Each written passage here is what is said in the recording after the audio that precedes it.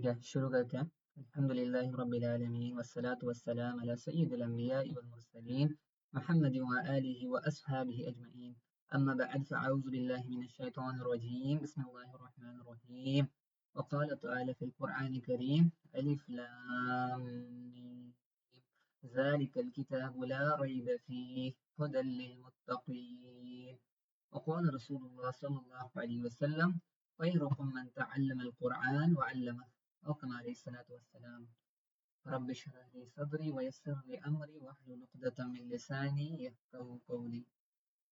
تو اللہ سبحانہ و تعالیٰ کی رحمت سے آج ہم لوگ یہاں آنے کی ہمیں توفیق ملی ہے کہ ہم قرآن کو سیکھنے کے لیے محنت کر پا رہے ہیں۔ تو آج کا جو کلاس ہوگا یہ اس میں ہم لوگ کیا ڈسکس کریں گے، جیسا پہلے بتایا گیا تھا، ہم لوگ سورۃ البقرہ جو کہ دوسری سورہ ہے قرآن کریم کی فاتحہ کے بعد، سورۃ البقرہ کی انیشیل کے اسٹارٹنگ کے کچھ لائنز ہم لوگ ان پہ تدبر کریں گے اور ان کا مطلب کیا ہے وہ ہم سمجھنے کی کوشش کریں گے انشاءاللہ۔ ٹھیک ہے، تو میں ایک بار پی ڈی ایف آپ کے سامنے شیئر کر دیتا ہوں، اس کے بعد دیکھتے ہیں۔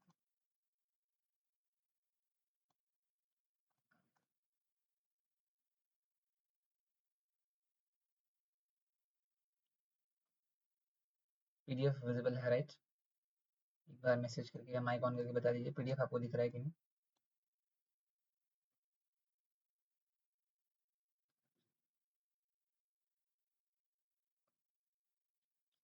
پی ڈی ایف دکھ رہا ہے آپ کو؟ جی ٹھیک ہے، ماشاء اللہ۔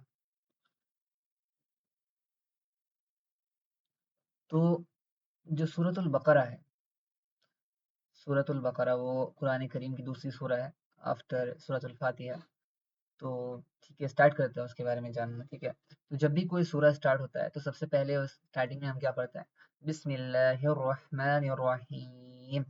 آپ لوگ ابھی اتنے سارے کلاسز کر چکے ہیں آلریڈی، تو آپ کو اس کا ترجمہ معلوم ہوگا کہ کیا مطلب ہے اس کا۔ بسم اللہ، اللہ کے نام کے ساتھ، الرحمن الرحیم جو کہ رحمان بھی ہے رحیم بھی ہے۔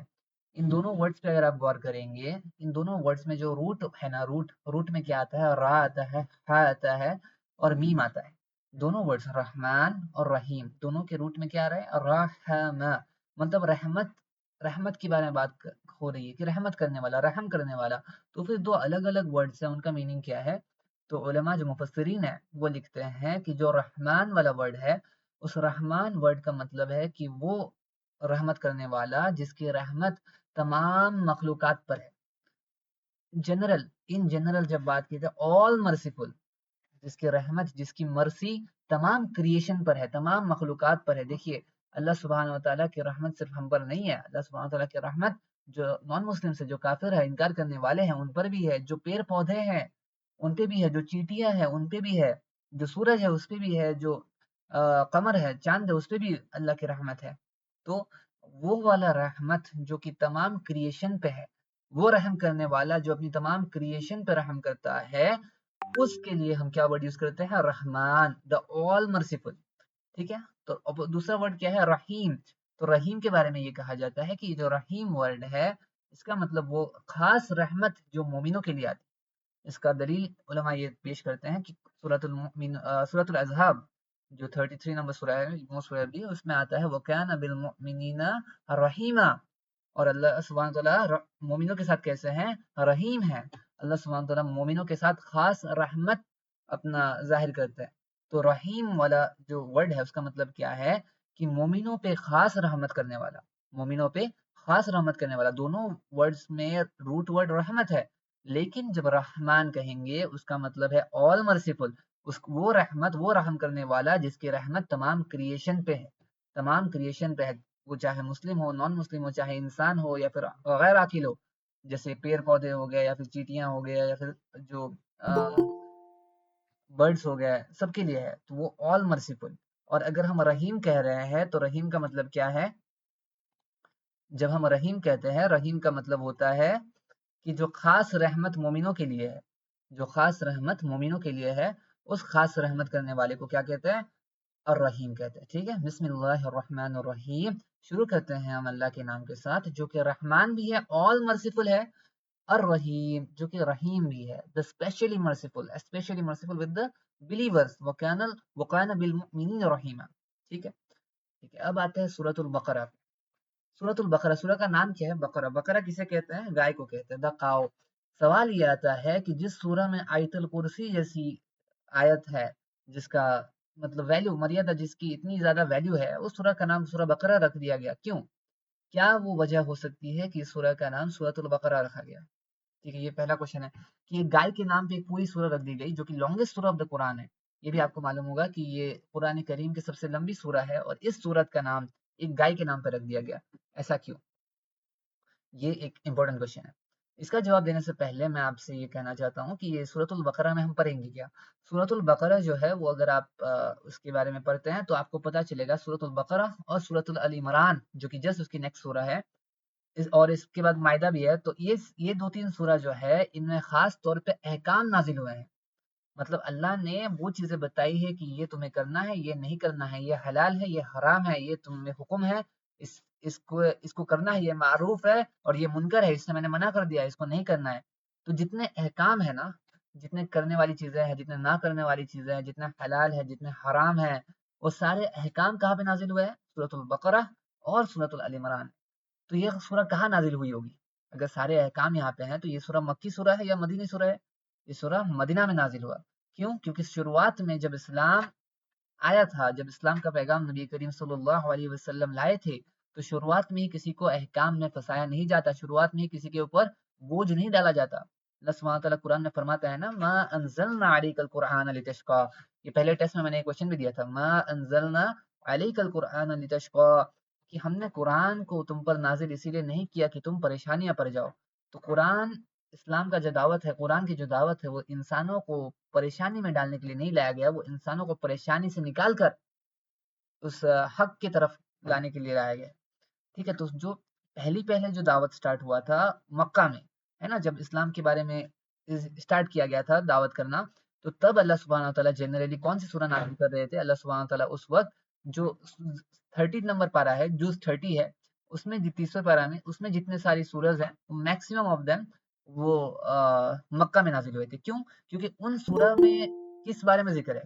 وہ جتنے بھی سورہ ہے جوز 30 میں، اگر آپ ان کے بارے میں پڑھیں گے تو میکسیمم ان سورج میں کس کے بارے میں ذکر ہوتا ہے؟ ان سورج میں آخرت کے بارے میں ذکر ہوتا ہے، اللہ کے بارے میں ذکر ہوتا ہے، اور کس کے بارے میں ذکر ہوتا ہے؟ آخرت کے بارے میں ذکر ہو رہا ہے، اللہ کے بارے میں ذکر ہو رہا ہے، قیامت کے دن کے بارے میں ذکر ہو رہا ہے، جنت اور جہنم کے بارے میں ذکر ہو رہا ہے، ملائکہ فرشتوں کے بارے میں ذکر ہو رہا ہے، کرامن کاتبین کے بارے میں ذکر ہو رہا ہے۔ تو اللہ سبحانہ و تعالیٰ نے یہ جو مکی صورتیں ہیں، مطلب مکہ میں جو صورتیں نازل کی، پہلے کسی کو دعوت دینے کے لیے، پہلے اگر کسی کو اسلام کا دعوت دیں گے تو پہلا اسٹیپ کیا ہوگا کہ اس کو ایمان لانا پڑے گا۔ ڈائریکٹ اس کو نماز پڑھنا نہیں بولا جاتا، ڈائریکٹ اس کو حجاب پہننا نہیں بولا جاتا، اس کو پہلے ایمان مضبوط کرنا پڑے گا اپنا۔ صحابہ کہتے ہیں ہم اتنے سال ایمان سیکھے نبی صلی اللہ علیہ وسلم سے، اس کے بعد احکام آئے، اتنے سال ہم نے ایمان سیکھا۔ مطلب اسٹارٹنگ میں جب دعوت آیا تھا اسلام کا، تو اللہ سبحانہ تعالیٰ نے مکہ میں جو صورت نازل کی تھی، وہ جنرلی جوز 30 جو 30واں پارہ ہے اس کی صورتیں نازل کی تھی۔ اقرا بسم ربک الذی خلق، پڑھو اپنے رب کے نام سے جس نے تمہیں پیدا کیا۔ تو سب سے پہلے یہ تصور لانا پڑے گا اپنی زندگی میں، اپنے دل میں اس بات کا تصور لانا پڑے گا کہ میرا کوئی خالق ہے، میرا کوئی خالق ہے جس نے مجھے پیدا کیا، میری زندگی کا کچھ مقصد ہے، ایسے ہی نہیں یہ سب ہو رہا ہے کہ ہم آ گئے ہیں بس جانا ہے۔ تو یہ تصور پیدا کرنا زیادہ امپورٹنٹ ہے سب سے پہلے، کہ اس بات کا ایمان ہو کہ میرا کوئی خالق ہے، مرنے کے بعد بھی ایک زندگی ہے، اگر میں نیک عمل کر کے جاؤں گا تو میرے لیے جنت ہے، جنت میں فائدے کیا کیا پہنچیں گے، پھر اگر میں اس راستے پہ نہیں چلتا ہوں تو آگے جہنم ہے، جہنم کی آگ ہے، اور اس پہ کیا کیا پریشانیاں مجھے ہوں گی۔ وہ سب چیزوں کا جب ایمان دل میں بیٹھے گا تب ہمارے لیے احکام فالو کرنا آسان ہوگا۔ تو سب سے پہلے کس بات کا دعوت ہے؟ سب سے پہلے ایمان کا دعوت ہے کہ ایمان لانا پڑے گا۔ تو اسی لیے جو جوز 30 جو 30واں پارہ ہے اس کی میکسیمم سورہ وہ مکہ میں نازل ہوئی تھی، لیکن جب مدینہ میں ہجرت کر کے آ گئے تب اسلام کا مطلب غالب ہو چکا تھا، مطلب تھوڑا بہت اسلام، مطلب ابھی لوگ تھے، صحابہ تھے ہمارے پاس جو ایمان جن کے دلوں میں ایمان مطلب اسٹیبل ہو چکا تھا، ان کے دلوں میں ایمان آ چکا تھا۔ تو اب اس وقت ابھی اللہ سبحانہ تعالیٰ نے سورۃ البقرہ نازل کیا۔ سورۃ البقرہ مدینی سورت ہے، مطلب مدینہ میں نازل ہوا تھا، اور اس میں زیادہ تر کیا ہے؟ احکام ہے، جیسے سورۃ ال عمران میں بھی ہے اس کے آگے۔ ٹھیک ہے، تو اب وہ کوشچن کا جواب جو میں نے آپ سے تھوڑی دیر پہلے پوچھا تھا کہ سورۃ البقرہ کا نام دا قاؤ مطلب بقرہ کیوں رکھا گیا؟ اتنے سارے احکام ہے اس میں، لانگسٹ سورہ ہے اس میں، آیت الکرسی ہے، تو ایک گائے کے اوپر کیوں رکھا گیا؟ اس کا جواب یہ ہے کہ یہ سورۃ البقرہ کا نام بقرہ اسی لیے رکھا گیا، کس لیے رکھا گیا؟ ایک واقعے کے نسب میں رکھا گیا، ایک واقعے کے بارے میں اس سورہ میں ذکر ہے جو کہ بنی اسرائیل کا ہے، جو کہ بنی اسرائیل کا ہے۔ اس واقعے میں کیا ہوتا ہے کہ ایک شخص سے، بنی اسرائیل کے ایک شخص سے ایک قتل ہو جاتا ہے، تو وہ شخص اللہ سے جب کہا جاتا ہے کہ یہ قتل ہو گیا تو اس کا مطلب اب کیا آگے کیا کرے، تو اللہ نے کافی آسان سولوشن بتایا تھا انہیں۔ اللہ نے کہا تھا کسی ایک گائے کو ذبح کر دو، کسی ایک گائے کو ذبح کر دو اور میں معاف کر دوں گا، مطلب کفارہ جو گناہ ان سے ہوا تھا، غلطی سے ہو گیا تھا، تو اللہ نے کہا تھا کسی بھی ایک گائے کو ذبح کرو تو کفارہ میں مان لوں گا، میں معاف کر دوں گا۔ تو ان کے لیے یہ کتنا آسان تھا کہ بس اللہ نے حکم دیا کہ کوئی ایک گائے کو ذبح کر دو، بٹ نہ کہ وہ یہ کرتے کہ وہ سنتے کہ اللہ نے کہا ہے کسی ایک گائے کو ذبح کر دو تو ہم جا کے ایک گائے کو ذبح کر دیتے ہیں، اللہ نے جو کہا ہم اس کی اطاعت کرتے ہیں۔ انہوں نے ایسا نہیں کیا، انہوں نے کیا کیا، انہوں نے سوالات پوچھنے سٹارٹ کر دیے، پھر انہوں نے اللہ سے سوال کرنے لگے وہ لوگ کہ اللہ آپ نے گائے تو بتا دیا، اب کیسی گائے ہونی چاہیے، تھوڑا اور ڈیٹیلس ہمیں بتا دیجیے۔ ایک ایک کر کے سوال پوچھتے گئے کہ ایگزامپل سوچ لیجیے آپ کہ کیسے سوال پوچھ سکتے کہ اس کا رنگ کیسا ہونا چاہیے، سینگ ہونے چاہیے یا نہیں ہونے چاہیے، کیسے ہونے چاہیے، کتنے بڑے ہونے چاہیے، پونچھ کتنی بڑی ہونی چاہیے، مطلب جتنے طرح کے تصورات آپ کر سکتے ہیں اتنے طرح کے سوال وہ لوگوں نے اللہ سے پوچھا۔ اللہ ہر بار جواب دیتے رہے۔ اب آپ سوچئے جب پہلی بار حکم تھا کہ کسی بھی ایک گائے کو ذبح کر دو تو ان کے پاس کتنے سارے آپشنز تھے، اب جیسے جیسے سوالات پوچھتے جائیں گے ویسے ویسے گائے اسپیسیفک ہوتی جائے گی، رائٹ؟ ہمارے پاس جتنے آپشنز تھے وہ آپشنز کم ہوتے جائیں گے وتھ ٹائم۔ تو ایک ایسا پوائنٹ آیا جب فائنل ڈسکرپشن اللہ کی طرف سے آیا، مطلب ان کے سوالات پوچھنے کی وجہ سے جب فائنل ڈسکرپشن اللہ کی طرف سے آیا تو پوری دھرتی پہ، پوری کائنات پہ، پوری سرزمین پہ بس ایک ویسی گائے بچی تھی اب جو ان ساری ڈسکرپشنز کو میچ کرتی ہے، اور اب ان کے اوپر لازم ہو گیا تھا کہ اب تمہیں اسی گائے کو ذبح کرنا پڑے گا۔ کیوں؟ کیونکہ اسٹارٹنگ میں تو اللہ نے تمہیں آپشن دیا تھا لیکن تم نے اتنے سوال پوچھ کے اپنے لیے اس چیز کو مشکل بنا لیا، اور ابھی تمہارے لیے بس ایک ہی آپشن ہے کہ اسی گائے کو تمہیں ذبح کرنا پڑے گا تبھی میں کفارہ مانوں گا۔ اور اب دیکھیے وہ جو گائے کا اونر تھا جس کے پاس وہ والی گائے تھی اس کو یہ چیز معلوم تھی کہ ایسا ہے کہ یہ گائے کی ابھی یہ ویلیو ہو گئی ہے کہ ان کو اسے ذبح کرنا ہے، تو اس نے کیا کیا اس چیز کا فائدہ اٹھاتے ہوئے اس نے ہر ایک اس کے بال کے برابر اس گائے کے، سوچے کہ اس گائے میں جتنے بھی بال تھے یا پھر مطلب یہ جس ایک میٹافر ہے کہ بتایا جا رہا ہے کہ کتنا اس پرائس لے لیا اس گائے کا، مطلب ہر اس گائے کے بال کے برابر اس نے سونا لیا، مطلب کتنا زیادہ اماؤنٹ لیا اس نے ان بنی اسرائیلیوں سے اس گائے کے بدلے۔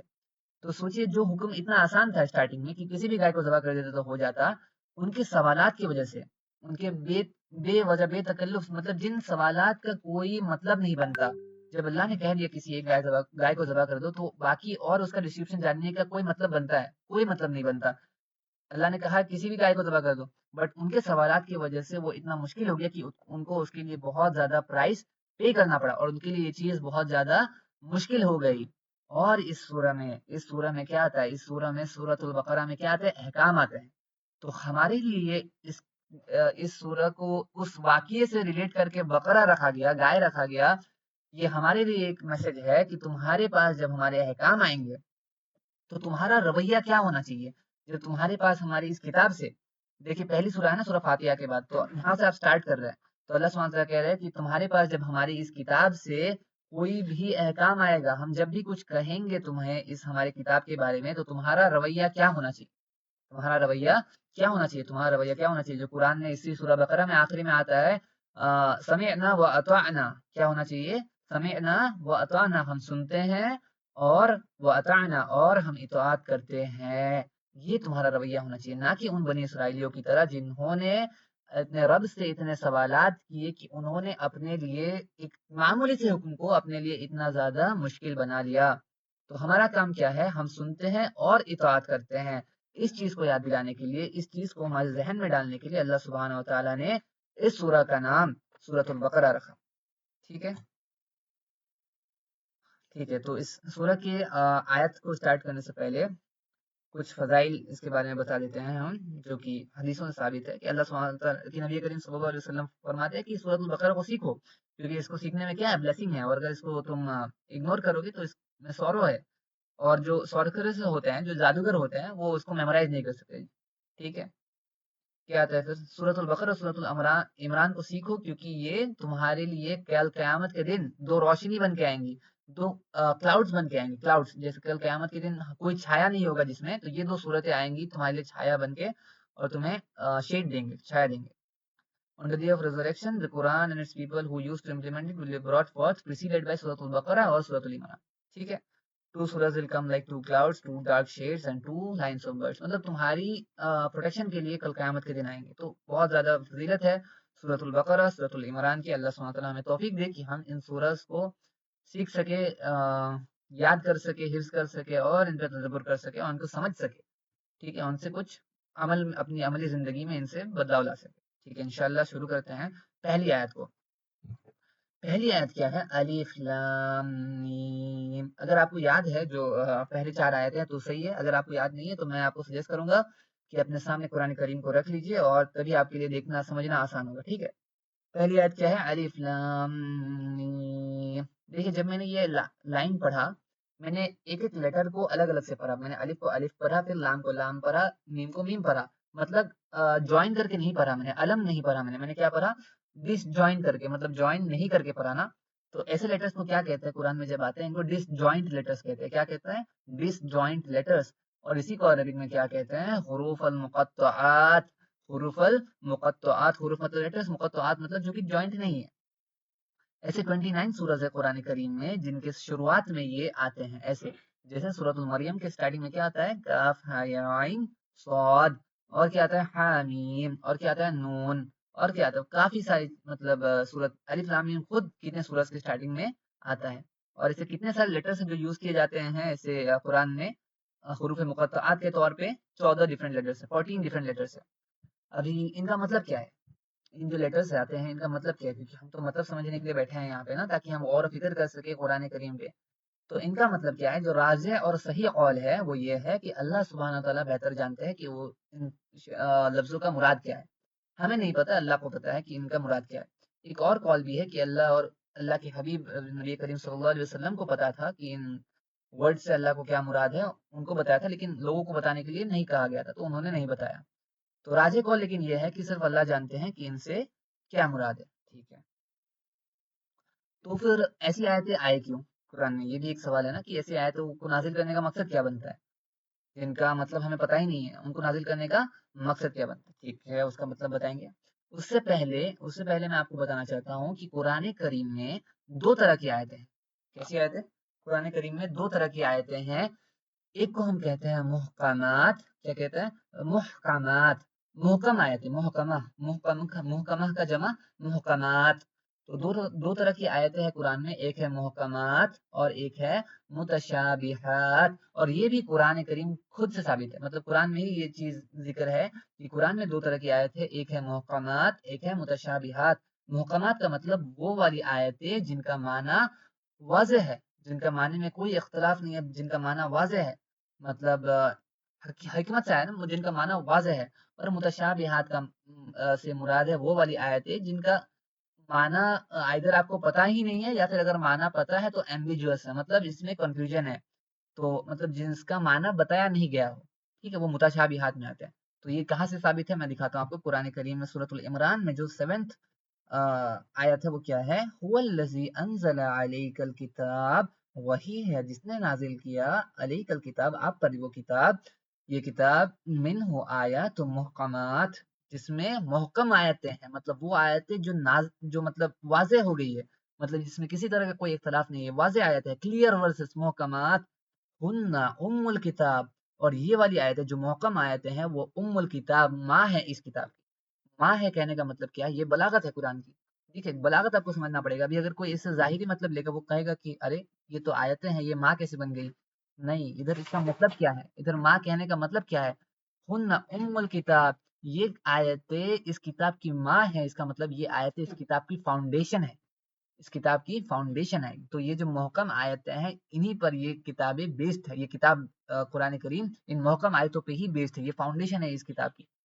اور کیا لکھا گیا ہے؟ وہ اخر متشابہات. اور کچھ آیتیں متشابہات ہے. پھر کیا بتایا گیا، فَأَمَّا الَّذِينَ فِي قُلُوبِهِمْ زَيْغٌ، اور جن لوگوں کے دل ٹیڑھے ہیں، فَيَتَّبِعُونَ مَا تَشَابَهَ مِنْهُ ابْتِغَاءَ الْفِتْنَةِ، تو وہ ان متشابہ آیتوں کے پیچھے پڑیں گے اور کیا تلاش کریں گے، فتنہ تلاش کریں گے، وَابْتِغَاءَ تَأْوِيلِهِ، اور ان کی تعویل کریں گے، جس کا مطلب بتایا نہیں گیا، جس کا مطلب واضح نہیں ہے، ان آیتوں کے پیچھے پڑیں گے اور فتنہ تلاش کریں گے اور ان کی تعویل کرنے جائیں گے۔ وَمَا يَعْلَمُ تَأْوِيلَهُ إِلَّا اللَّهُ، اور کوئی نہیں جانتا اس کی تعویل سوائے اللہ کے۔ وَالرَّاسِخُونَ فِي الْعِلْمِ، اور جو علم والے ہوتے ہیں، يَقُولُونَ آمَنَّا بِهِ كُلٌّ عِندَ رَبَّنَا، جو علم والے ہوتے ہیں وہ کیا کہتے ہیں، یقولون وہ کیا کہتے ہیں، آمنا بہ، ہم ایمان لاتے ہیں ان پر، کل عند ربنا، کل من عند ربنا، یہ ہر آیت میرے رب کی طرف سے ہے، تو ہم ان ہر آیت پہ ایمان لاتے ہیں۔ وما یذکر اولی الالباب، اور یہ ایک ریمائنڈر ہے ان لوگوں کے لیے جو سوچ رکھتے ہیں۔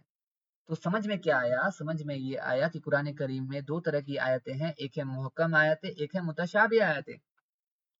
محکمات آیتیں ان کی کہتے ہیں جن کا معنی واضح ہے، جسے اگر اللہ سبحانہ وتعالیٰ کہتے ہیں وَيُقِيمُونَ الصَّلَاةَ، وَيُقِيمُونَ الصَّلَاةَ، اور نماز قائم کرو، تو اس میں کوئی اختلاف نہیں ہے، اس کا مطلب واضح ہے، نماز قائم کرو کا مطلب نماز قائم کرو، اللہ نے واضح کر دیا اس کو، مطلب کو نبی کریم رسول اللہ صلی اللہ علیہ وسلم نے واضح کر دیا اس آیت کو، تو انہیں محکم آیتیں کہتے ہیں جن کا مطلب واضح ہے، اور قرآن میں میکسیمم 99.9% آیتیں محکم آیتیں ہیں۔ لیکن کچھ آیتیں ایسے ہیں جن کا مطلب ادھر اس کا مطلب پتہ ہی نہیں ہے، یا پھر اس کے مطلب میں کچھ ایمبیگوٹی ہے، کچھ کنفیوژن ہے، تو انہیں کیا کہتے ہیں، انہیں متشابہات کہتے ہیں، انہیں متشابہات کہتے ہیں۔ اس کا اگزامپل دوں گا، اس سے پہلے ایک اور چیز آپ کو بتانا ہے کہ ایک تو محکمات ہو گئے، ایک تو متشابہات ہو گئے۔ ابھی اگر ہم متشابہات میں آئیں گے تو متشابہات کے بھی دو ٹائپس ہیں، متشابہات کے کتنے ٹائپس ہیں، دو ٹائپس ہیں، ایک ہے متشابہ المعنی، ایک ہے متشابہ الکیف۔ میں دکھاتا ہوں آپ کو، یہ کیا لکھا ہوا ہے، ایک ہے متشابہ المعنی، ایک ہے متشابہ الکیف۔ متشابہ مطلب جو کہ ایمبیگوس ہے، کلیئر نہیں ہے، رائٹ۔ متشابہ المعنی جو کہ معنی میں ہی ایمبیگوس ہے، جس کا معنی ہی آپ کو نہیں پتا، وہ والے متشابہ آیتیں جن کا معنی ہی، جن کا مطلب ہی آپ کو نہیں پتا، وہ کس میں آئیں گے، متشابہ المعنی میں آئیں گے، متشابہ المعنی۔ ادھر آتے ہیں حروف مقطعات، ادھر کیا آتا ہے، حروف مقطعات، کیونکہ ان حرفوں کا مطلب ہی آپ کو نہیں پتا، الف لام میم، ان کا مطلب ہی آپ کو نہیں پتا، حامیم، ان کا مطلب ہی آپ کو نہیں پتا، جس کا مطلب ہی نہیں پتا وہ متشابہ المعنی میں آئیں گے۔ جتنے بھی حروف مقطعات ہیں وہ اس میں آتے ہیں۔ ایک ہو گیا متشابہ المعنی، دوسرا کیا ہے، متشابہ الکیف۔ کیف کیا ہوتا ہے، کیف حالک، ہم کہتے ہیں نا ہاؤ آر یو، کیف مطلب کیفیت، کیفیت کیا ہے اس چیز کی، how, how, ambiguous in how, ٹھیک ہے۔ تو ادھر مطلب پتا ہوتا ہے، جو ظاہری مطلب ہے وہ دکھ رہا ہوتا ہے ہمیں، ان متشابہ آیتوں میں ظاہری مطلب تو دکھ رہا ہوتا ہے، لیکن اس کا مینر آف ریالٹی، کی اس کی کیفیت کیا ہے، مطلب وہ ہو کیسے رہی ہے، وہ ہمیں پتا نہیں ہوتا۔ اس کی ایگزامپل میں آپ کو دکھاتا ہوں، جیسے قرآن کریم میں آتا ہے کہ کل قیامت کے دن اللہ اپنے اللہ کے ہاتھ کے بارے میں ذکر آتا ہے، اللہ کے ہاتھ کے بارے میں ذکر آتا ہے، ید ید کہتے ہیں ہاتھ کو، اللہ کے ہاتھ کے بارے میں ذکر آتا ہے۔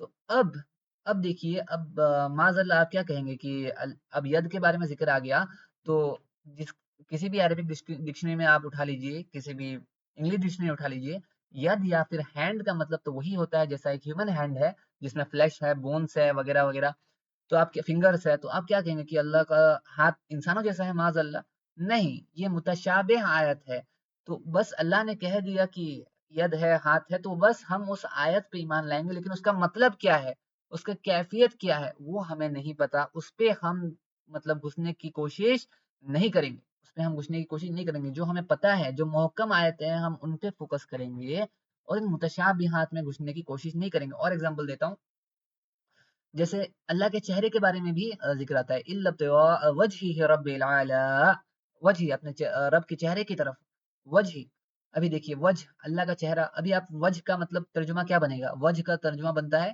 چہرہ، تو آپ کیا سوچیں گے کہ اللہ کا چہرہ ہے معاذ اللہ انسانوں کی طرح؟ نہیں، ہم ان آیت کی کیفیت کو نہیں جانتے، یہ متشابہات میں سے ہے، ان کی کیفیت کو ہم نہیں جانتے، ہم آیت پہ تو ایمان لاتے ہیں کیونکہ اللہ کی طرف سے ہے آیت، اس پہ ایمان لانا ہمارے اوپر فرض ہے۔ کوئی ایک حرف کا بھی اگر انکار کر دے قرآن کریم کی تو وہ کافر ہو جاتا ہے امیڈیٹلی، اگر ایک حرف کا بھی انکار کر دے۔ قرآن کریم کی، تو ہم کسی حرف کا انکار نہیں کرتے، کسی آیت کا انکار نہیں کرتے، ہم ہر اس حرف پہ، ہر اس آیت پہ جو کہ ہمارے رب کی طرف سے آیا ہے، ہم ہر اس چیز پہ ایمان لاتے ہیں۔ لیکن اس کی کیفیت کیسے ہے، وہ جب کلیئر نہیں ہے تو ہم اس کے اندر گھسنے کی کوشش نہیں کریں گے۔ جیسے قرآن میں آتا ہے الرحمن استوى، الرحمن علی العرش استوى ثم استوى علی العرش، تو اس کی کیفیت کیا ہے؟ اس کی کیفیت ہمیں نہیں پتا، ہم آیت پہ تو ہم ایمان لاتے ہیں کہ اللہ نے ایسا کہا ہے، لیکن اس کی کیفیت کیا ہے، استوا کا مطلب کیا ہے، یہ کیفیت ہمیں پتا نہیں ہے۔ تو اس پہ ہم کیا کریں گے، ہمارا رول کیا ہے، ہم اس پہ تحقیق کرنے نہیں جائیں گے کہ کیسے، یہ کیسے، وہ کیسے۔ جو بنی اسرائیل کر رہے تھے نا، وہ تحقیق کرنے گیا تھا کہ یہ اس میں اور بتائیے، اور بتائیے، وہ تحقیق ہم نہیں کریں گے جس تحقیق سے اللہ نے روک دیا ہے۔ ابھی میں نے جو آیت آپ کے سامنے پڑھی تھی، اس میں اللہ کیا کہہ رہے تھے کہ جو لوگ فتنہ پرست ہوں گے، جو لوگ فتنہ پرست ہوں گے، وہ محکمات آیت کو چھوڑ کے، جو کلیئر ہے ان آیت کو چھوڑ کے متشابہات کے پیچھے پڑیں، جو جن کا مطلب اللہ نے نہیں بتایا، اور صرف ایسے یہ والی صرف مطلب قرآن میں نہیں، حدیثوں میں بھی آتا ہے۔ جیسے ایک حدیث میں نبی صلی اللہ علیہ وسلم فرماتے ہیں کہ اللہ کی دو ہاتھ ہے، اللہ کے دو ہاتھ ہے، اور اللہ کے دونوں ہاتھ دائنے ہاتھ ہے، رائٹ ہینڈس۔ تو آپ امیجن کیسے کریں گے اس چیز کو، آپ اس چیز کا تصور کیسے کریں گے؟ کیونکہ کوئی چیز دایاں یا بایاں ہونا، یہ تو ایک ریلیٹو کانسیپٹ ہے۔ کسی چیز کو دایاں کہا جاتا ہے، وہ کسی بائنی چیز کے مقابلے میں کہا جاتا ہے، رائٹ؟ اگر میں کہتا ہوں یہ والا ہینڈ میرا لیفٹ ہینڈ ہے، تو اس کا مطلب کیا ہے، اس پوزیشن کے ریسپیکٹ میں، اس ہینڈ کے ریسپیکٹ میں یہ بائیں طرف ہے، لیفٹ ہے، اسی لیے ہے نا۔ اس کو میں اگر رائٹ ہینڈ کہہ رہا ہوں، دائنا ہاتھ کہہ رہا ہوں، تو میں کس ریسپیکٹ میں کہہ رہا ہوں، اس اس کے ریسپیکٹ میں کہہ رہا ہوں کہ یہ دائیں طرف ہے۔ تو یہ ایک ریلیٹو چیز ہے، رائٹ، یہ نارمل تصور سے۔ لیکن اللہ کے لیے نبی کریم صلی اللہ علیہ وسلم نے کیا کہا کہ اللہ کے دو ہاتھ ہیں اور دونوں ہاتھ داہنے ہیں۔ تو یہ کس میں آ گیا، یہ متشابہات میں سے آ گیا۔ اس کا مطلب ہمیں نہیں پتا، یہ اس حدیث پہ تو ہم ایمان لاتے ہیں کہ نبی کریم صلی اللہ علیہ وسلم نے کہا ہے، بالکل سچ کا ہے، لیکن اس کی کیفیت کیسے ہے، اس پہ تصور کرنا، اس پہ سوچنا، یہ ہمارا کام نہیں ہے۔ ہمارا کام ہے جو محکم آیتیں ہیں، ان محکم آیت میں فوکس کرنا۔ اگر متشابہات کا ترجمہ کیا بھی جاتا ہے، کبھی تعویل کی بھی جاتی ہے کبھی، تو اس کی تعویل رائے سے نہیں کی جاتی کہ ہمارا رائے ایسا ہے، یہ ایسا ہونا چاہیے، ویسے تعویل نہیں کی جاتی ہے۔ وہ تعویل کیسے کی جاتی ہے، محکم آیت کے محکم آیت کو لے کے اس محکم آیت سے کی جاتی ہے۔ جیسے میں نے ہاتھ کا ذکر کیا، اللہ کا قرآن میں آتا ہے، پھر اللہ کے چہرے کا ذکر آتا ہے، تو ادھر محکم آیت کیا ہے؟ ایک محکم آیت یہ ہے جو میں نے لکھ کے رکھا ہے یہاں پہ، پورا تو پڑھنے جاؤں گا ٹائم لگ جائے گا۔ لیس کمثلہ شیء، اللہ کے بارے میں آتا ہے لیس کمثلہ شیء، اللہ کے جیسا کوئی شے نہیں ہے۔ یہ محکم آیت ہے، اللہ کے جیسا کوئی شے نہیں ہے۔ اور اگر آپ ابھی کہہ دیتے ہیں کہ اللہ کے پاس ہاتھ ہے معاذ اللہ، تو اس کا مطلب کیا ہو گیا، انسانوں کے پاس بھی ہاتھ ہے، تو اللہ کے انسانوں کے جیسا ہے معاذ اللہ؟ نہیں، محکم آیت ہے لیس کمثلہ شیء، اللہ کے جیسا کوئی مثال، کوئی شے اللہ کے جیسا نہیں ہے۔ تو اس محکم آیت سے ہمیں پتہ چل گیا کہ ہم اپنے رب کو تصور نہیں کر سکتے، ہم امیجن نہیں کر سکتے، امیجنیشن سے باہر ہے۔ علماء فرماتے ہیں کہ اگر کوئی شخص اللہ کا کوئی امیج اپنے مائنڈ میں فارم کر کے وہ اس کی عبادت کرے گا، تو وہ کبھی اللہ کو عبادت کرے گا ہی نہیں، کیونکہ ایکچوئل میں جو اللہ ہے وہ ہمارے امیجنیشن سے باہر ہے۔ تو اگر آپ کسی امیج کو امیجن کر کے آپ اللہ کی عبادت کرتے ہیں، تو آپ پوری زندگی میں کبھی اللہ کو عبادت نہیں کر رہے ہوں گے، آپ اس امیج کو عبادت کر رہے ہوں گے جس کی آپ نے امیجنیشن کی ہے۔ تو لیس کمثلہ شیء، اللہ کے جیسا کوئی نہیں ہے، ٹھیک ہے۔ یہ محکم آیت ہے، اور باقی متشابہات کے بارے میں نے آپ کو بتا دیا، کچھ ایگزامپل دے دیا۔ سوال یہ آتا ہے کہ اللہ نے ایسا کلام کیا کیوں، اللہ نے ایسا کلام کیا کیوں جو کہ جس میں متشابہات بھی ہے، محکمات تو ٹھیک ہے، واضح ہیں، لیکن متشابہات والا کلام کیا کیوں؟ پہلے متشابہ المعنی میں آتے ہیں جن کا مطلب ہی ہمیں نہیں پتا، ویسا کلام کیوں کیا؟ پہلی ریزن جو علماء بیان کرتے ہیں یہاں پہ یہ ہے، اللہ نے ایسے کلام اسی لیے کیے، اللہ ہمیں بتانا چاہتے ہیں کہ جس چیز کا مطلب میں تمہیں بتا دوں وہ تو تمہیں پتا ہے، لیکن جو میں نہ بتاؤں وہ تمہیں نہیں پتا۔ تو پہلا ریزن ایسے متشابہ المعنی والی آیتیں نازل کرنے کا یہ ہے کہ اللہ ہمیں کہتے ہیں کہ تمہارا علم ادھورا ہے، تمہارا علم ادھورا ہے۔ عرب جو تھے اس وقت، عرب اپنے لینگویج پہ بہت فخر کرتے تھے، اپنے لینگویج پہ وہ ماسٹر تھے، اپنے لینگویج پہ، عربی میں۔ تو اللہ سبحانہ وتعالیٰ یہ کہہ رہا ہے کہ تمہارا علم ادھورا ہے، میں جس کا مطلب تمہیں بتا دوں وہ تو تمہیں پتا ہے، لیکن جس کا مطلب میں نہ بتاؤں اس کا مطلب تمہیں پتا نہیں ہوتا۔ یہ عربوں کے لیے ایک چیلنج بھی تھا، انہیں اللہ نے چیلنج کیا تھا نا کہ ایک سورہ پیدا کر کے دکھاؤ جیسا ہم نے کیا، تمہیں اس کا مطلب ہی نہیں پتا، تم سورہ کیا بناؤ گے؟ تو یہ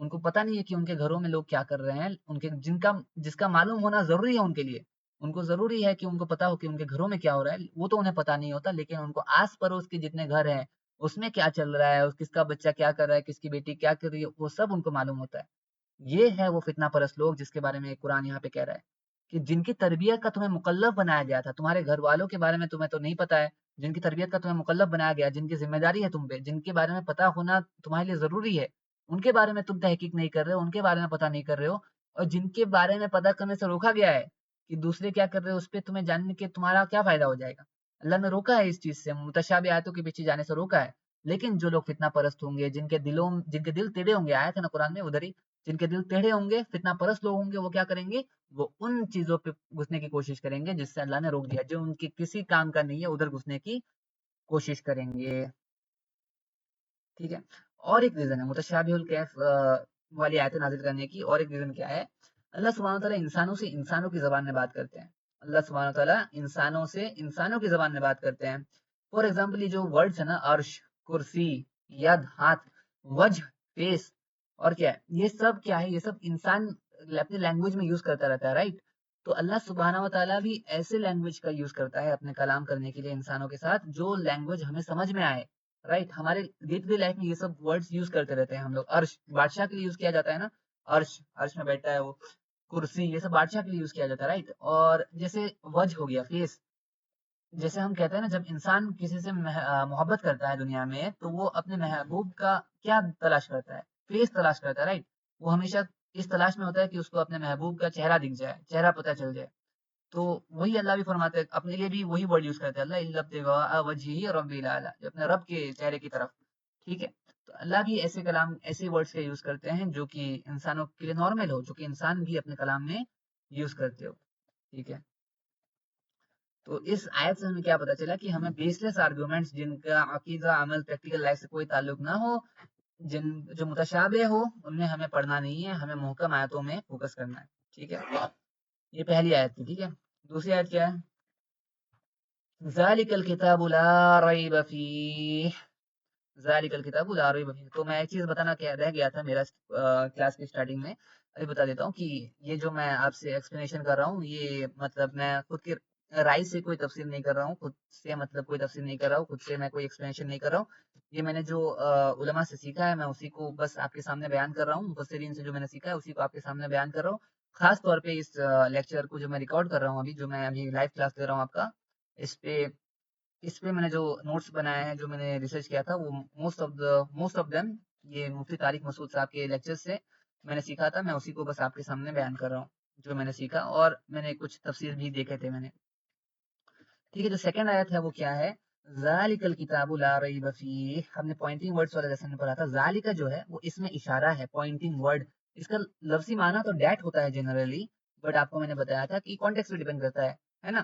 مین کام کیا ہے اس کا؟ اشارہ کرنا، ذالک ایک کو اشارہ کرنا، تو ہم اشارہ کر کے کہتے ہیں اللہ ذالک الکتاب، یہ ہے وہ کتاب، اشارہ کر کے، ذالک الکتاب، یہ ہے وہ کتاب، الکتاب، الکتاب دا بک، الکتاب، یہ ہے وہ کتاب، لا ریب فیہ، ریب کہتے ہیں شک کو، لا مطلب نہیں، فیہ مطلب ان اٹ، لا ریب فیہ جس میں کسی طرح کا کوئی شک نہیں ہو۔ ابھی شک کس طرح کا ہو سکتا ہے؟ تو علماء نے دو شک بیان کیے ادھر، کہ اس میں کسی طرح کا کوئی شک نہیں ہے کہ یہ کتاب پوری کی پوری اللہ کی طرف سے ہے، حرف بائی حرف، مطلب اس میں کسی بشر کا کوئی دخل نہیں ہے، پوری کی پوری کتاب اللہ سبحانہ و تعالیٰ کی طرف سے ہے، پہلا یہ۔ دوسرا کس شک کی نفی کرتا ہے یہ کہتا ہے کہ اس میں کسی طرح کا کوئی شک نہیں ہے کہ یہ کتاب جو اللہ کی طرف سے نازل ہوئی ہے اس میں کسی طرح کی کوئی تحریف نہیں ہے، تحریف مطلب کسی طرح کی کوئی ڈیمیج، کسی طرح کی کوئی چینجنگ نہیں ہوئی ہے، جیسے یہود و نصارا نے اپنی کتاب کو کیا کیا، اپنی کتاب میں چینجنگ کر دی، یحرفون آتا ہے نا قرآن میں شاید، یحرفون، تو اس میں کسی طرح کا کوئی کرپشن، مطلب قرآن میں کسی طرح کا کوئی کرپشن، قرآن میں کسی طرح کا کوئی آلٹریشن نہیں ہے، قرآن ان سب چیزوں سے محفوظ ہے۔ اس کے بارے میں اللہ سبحانہ وتعالیٰ قرآن میں ہی خود فرماتے ہیں اِنَّا نَحْنُ نَزَّلْنَا الذِّكْرَ وَإِنَّ لَهُ لَحَافِظُونَ، آپ نے اگر کلاسز کی ہیں تو آپ کو یہ آیت ملی ہوگی، اِنَّا نَحْنُ نَزَّلْنَا الذِّكْرَ، بے شک ہم ہی ہے جس نے اس قرآن کو، اس ذکر کو نازل کیا، وَإِنَّ لَهُ لَحَافِظُونَ، اور ہم ہی ہے جو اس کی حفاظت کریں گے۔ تو اس میں کسی طرح کا کوئی شک نہیں ہے، دو شک کہ یہ کتاب پوری کی پوری اللہ کی طرف سے ہے،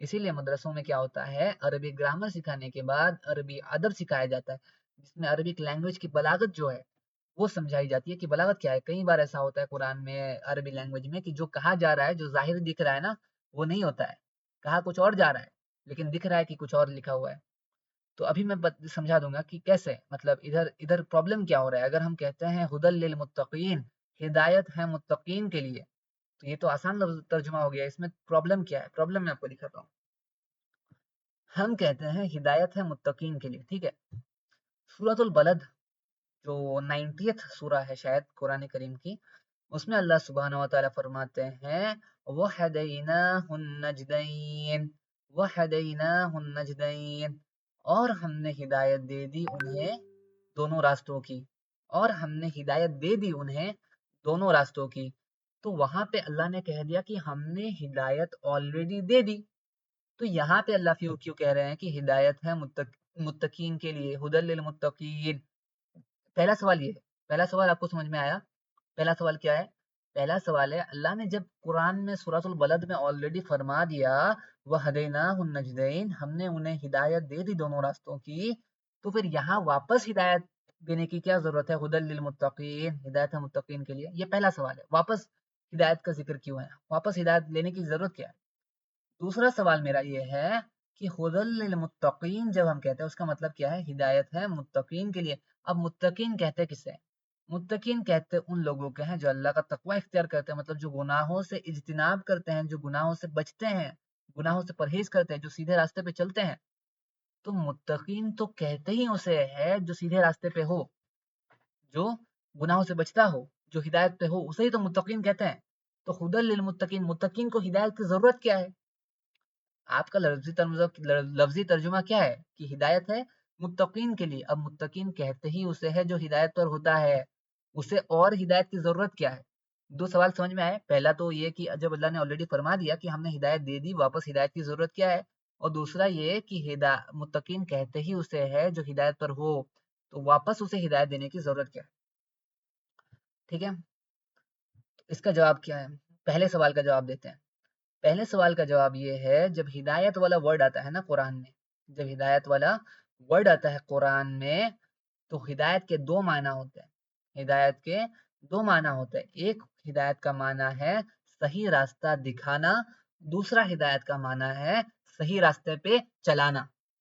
ایک ہدایت کا معنی کیا ہے؟ صحیح راستہ دکھانا، ہدایت الارشاد، ارشاد کسے کہتے ہیں؟ رہنمائی کرنا، دکھانا، صحیح راستہ دکھانا۔ اور دوسرا ہدایت کا معنی ہے صحیح راستے پہ چلانا، ہدایت التوفیق، ہدایت التوفیق۔ تو ٹھیک ہے، دو معنی ہو گیا، کیا کیا؟ ہدایت الارشاد، ہدایت التوفیق۔ ایک ایگزامپل لے کے دکھاتا ہوں، میرے پاس آیتیں ہیں کچھ۔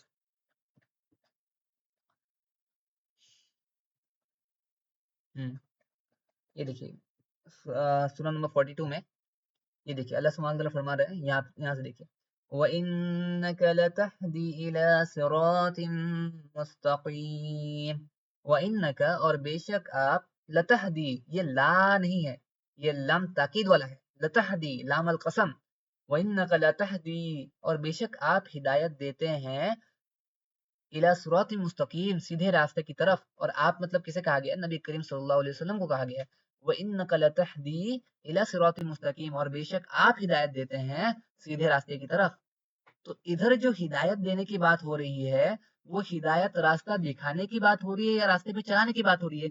یہ راستہ دکھانے کی بات ہو رہی ہے کہ بے شک آپ ہدایت دیتے ہیں سیدھے راستے کی طرف، مطلب آپ صحیح راستہ دکھاتے ہیں، آپ سیدھے راستہ پہ سیدھا راستہ دکھاتے ہیں، آپ سیدھے راستے کی ہدایت دیتے ہیں، ارشاد کرتے ہیں، ہدایت الارشاد۔ سیم اسی طرح ایک اور آیت ہے، ادھر کیا لکھ دیا اللہ نے؟ انک لا تہدی، اس بار لا آ گیا، مطلب نہیں، انک لا تہدی من احببت، آپ اسے ہدایت نہیں دے سکتے جسے آپ پسند کرو، آپ جسے چاہو آپ اسے ہدایت نہیں دیتے۔ وَلَكِنَّ اللَّهَ يَهْدِي مَن يَشَاءُ، اور لیکن اللہ ہدایت دیتا ہے مَن يَشَاء، جسے وہ چاہے۔ وَهُوَ أَعْلَمُ بِالْمُهْتَدِينَ، اور وہ بہتر جانتا ہے کہ ہدایت والے کون ہیں، مہتدین کون ہیں۔ تو اوپر اللہ نے کہا کہ بے شک آپ ہدایت دیتے ہو، ادھر اللہ کہہ رہے کہ آپ ہدایت نہیں دے سکتے ہو اسے جو جسے آپ چاہو۔ تو ادھر جو ہدایت والا ورڈ آیا ہے انک لا تہدی، آپ ہدایت نہیں دے سکتے، یہ کون سا ہدایت کی بات ہو رہی ہے یہاں پہ؟ ہدایت المعنی کی بات ہو رہی ہے، راستہ دکھانے کی بات، سوری ہدایت الارشاد کی بات ہو رہی ہے، راستہ دکھانے کی بات ہو رہی ہے، یا راستے پہ چلانے کی بات ہو رہی ہے؟ مائک آن کر کے یا پھر میسج پہ بتائیے کہ یہاں پہ جو ہدایت کی بات ہو رہی ہے، انک لا تہدی، آپ ہدایت نہیں دے سکتے، یہ راستہ دکھانے کی بات ہو رہی ہے یا پھر راستے پہ چلانے کی بات ہو رہی ہے؟ کوئی بتائیے مائک آن کر کے یا پھر میسج دیکھ کے کہ کون سا ہدایت کی بات ہو رہی ہے؟ نبی کریم صلی اللہ علیہ وسلم کو کہا گیا ہے کہ آپ ہدایت نہیں دے سکتے اس کو جس کو آپ چاہو، ادھر راستے پہ چلانے کی بات ہو رہی ہے، مطلب نبی کریم صلی اللہ علیہ وسلم کو اللہ سبحانہ تعالیٰ کہہ رہے ہیں کہ آپ جسے چاہو اسے آپ سیدھے راستے کی طرف نہیں چلا سکتے، لیکن اللہ اسے راستے کی طرف چلاتا ہے جس سے وہ چاہتا ہے، اللہ جسے چاہتا ہے اسے ہدایت دیتا ہے، اللہ جسے چاہتا ہے اسے سیدھے راستے کی طرف چلاتا ہے، یہ اللہ نے کہہ دیا۔ تو یہ والا جو ہدایت ہے انک لا تہدی، یہ ہدایت و توفیق ہے جو کہ صرف اللہ دے سکتا ہے، اور جو ہدایت الارشاد ہے مطلب صحیح راستہ دکھانا ہو گیا، وہ کوئی بھی کر سکتا ہے، ہر انسان جو مدعی ہے، جو دعوت کر سکتا ہے، دعوت کرنے کی صلاحیت ہے اس میں، جس کے پاس تھوڑا بہت علم اللہ نے دیا ہو اسے، جس کو سے صحیح اور غلط کا معلوم ہو، وہ سیدھے راستے کی طرف لوگوں کو بلا سکتا ہے، دکھا سکتا ہے، صحیح راستہ دکھا سکتا ہے، وہ ہدایت الارشاد کی طرف لوگوں کو بلا سکتا ہے، لیکن توفیق کہ صحیح راستے پہ چلانا وہ کون کر سکتا ہے؟ وہ صرف اللہ سبحانہ تعالیٰ کر سکتا ہے، جسے ہم کہتے ہیں نا اہدنا الصراط المستقیم، اہدنا الصراط المستقیم، یا اللہ ہمیں ہدایت دے دیجئے سیدھے راستے کی طرف، سیدھے راستے کی طرف، اور اللہ نے تو پہلے ہی کہہ دیا وہ ہدیناہ النجدین۔ پھر سے میں آپ سے سوال کرتا ہوں کہ ابھی آپ بتائیے کہ جب اللہ نے کہا ہے وہ ہدیناہ النجدین، تو وہاں پہ صحیح راستہ دکھانا مراد ہے یا صحیح راستے پہ چلانا مراد ہے؟ جہاں پہ اللہ کہہ رہے کہ ہم نے سب کو ہدایت دے دی ہے دونوں راستوں کی، وہاں پہ اللہ کا مطلب کیا ہے کہ صحیح راستہ دکھانا یا صحیح راستے پہ چلانا؟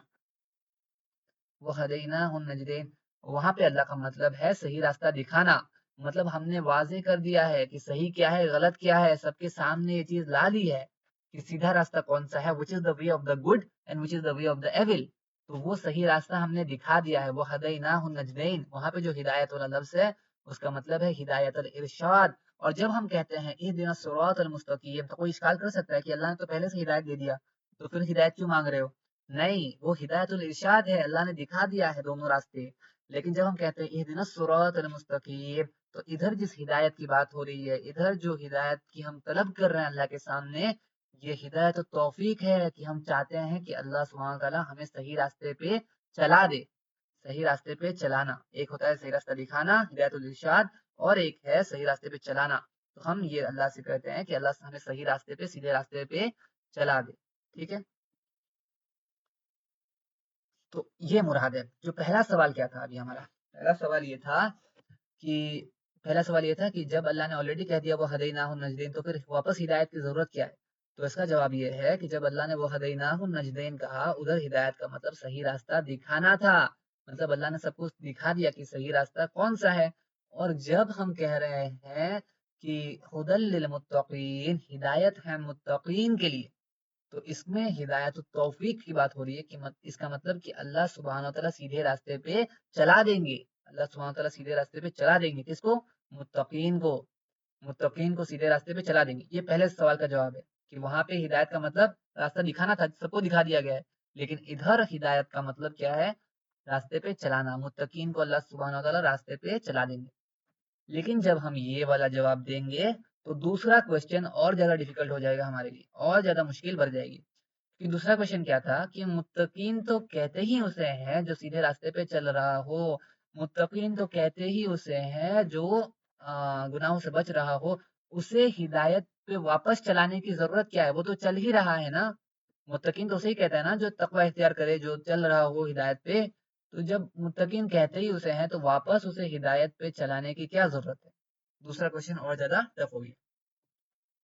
یہ دیکھیے وہ ہدیناہ النجدین، یہ دیکھیے کیا لکھا ہے، تفسیر ابن کثیر کا یہ سینٹینس ہے، the ability to distinguish between good and evil is also a blessing۔ مطلب اللہ کیا کہہ رہا ہے کہ ہم نے دکھا دیا distinguish between good and evil، مطلب کیا؟ چلنے پہ تھوڑی، چلنے والی ہدایت تھوڑی ہے، دیکھنے والی ہدایت ہے، سیدھا راستہ یہ ہے، سیدھا راستہ وہ ہے، غلط راستہ وہ ہے، تو وہ دکھا دیا، راستہ دکھانا، ٹھیک ہے، اس میں ہدایت کا مطلب وہ ہے۔ دوسرے کوشچن کا جواب سوچیے آپ۔